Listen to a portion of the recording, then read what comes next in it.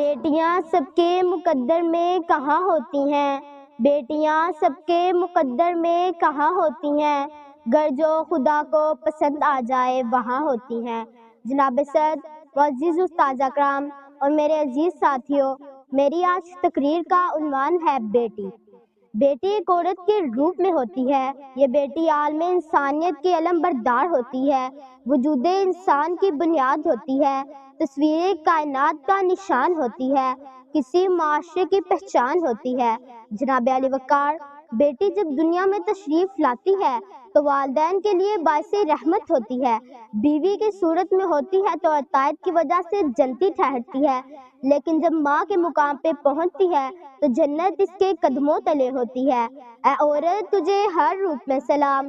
جناب والا، بیٹی کی قدر و قیمت کا اندازہ اس بات سے لگایا جا سکتا ہے کہ جب اللہ تعالیٰ کسی انسان کو بیٹا عطا کرتا ہے تو کہتا ہے جا اور اپنے باپ کا بازو بن جا، لیکن جب اللہ تعالیٰ کسی کو بیٹی عطا کرتا ہے تو کہتا ہے آج سے میں تیرے باپ کا بازو ہوں۔ جناب علی وقار، تو پھر میں یہ بات بڑے فخر سے کہہ سکتی ہوں کہ ہم اس دنیا کی رونق ہیں، ہم سے ہی یہ دنیا جنت ہے، ہم مائیں ہیں، ہم بہنیں ہیں، ہم بیٹیاں ہیں اور ہم عزت ہیں۔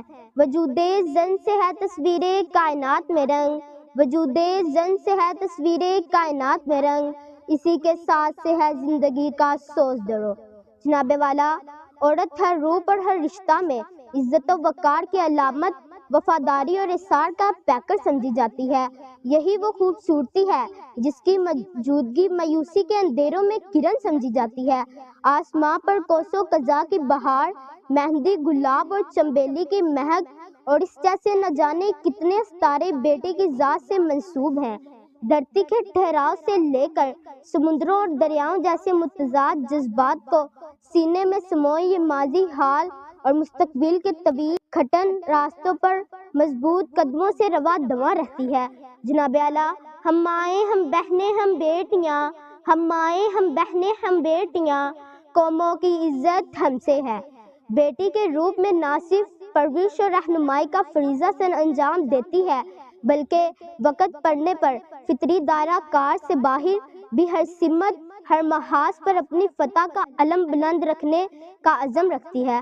جناب والا، ایک مرتبہ حضرت موسیٰ علیہ السلام نے اللہ تعالیٰ سے پوچھا، اے میرے پروردگار، جب تو اپنے کسی بندے سے راضی ہوتا ہے تو اس کو انعام میں کیا عطا کرتا ہے؟ اللہ تعالیٰ فرماتے ہیں میں اس کو ایک بیٹی عطا کرتا ہوں۔ پھر حضرت موسیٰ علیہ السلام نے یہی سوال کیا، اے میرے پروردگار، جب تو اپنے بندے سے اور زیادہ خوش ہوتا ہے تو اس کو کیا عطا کرتا ہے؟ اللہ تعالیٰ سے جواب ملتا ہے کہ میں اسے ایک اور بیٹی عطا کرتا ہوں، اور پھر ان بیٹیوں کی اچھی پرورش کرنے پر انسان کو جنت کی بشارت دی گئی ہے۔ سبحان اللہ۔ جناب علی وقار، میں آخر میں صرف یہی کہنا چاہتی ہوں کہ صنف نازک کہلانے والی یہ مخلوق اپنے انہی ارادوں اور انقلابی عزم و ہمت کا پیکر ہونے کے ساتھ ساتھ شفقت و مہربانی جیسی خصوصیات کی بھی حامل ہے۔ جناب والا، وہی معاشرہ کامیاب ہے جو اپنی بیٹیوں اور بہنوں کو بنیادی حقوق دیتا ہے۔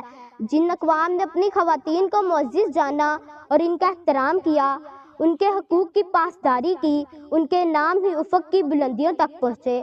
ضروری نہیں روشنی چراغوں سے ہی ہو، ضروری نہیں روشنی چراغوں سے ہی ہو، بیٹیاں بھی گھر میں اجالا کرتی ہیں۔ شکریہ۔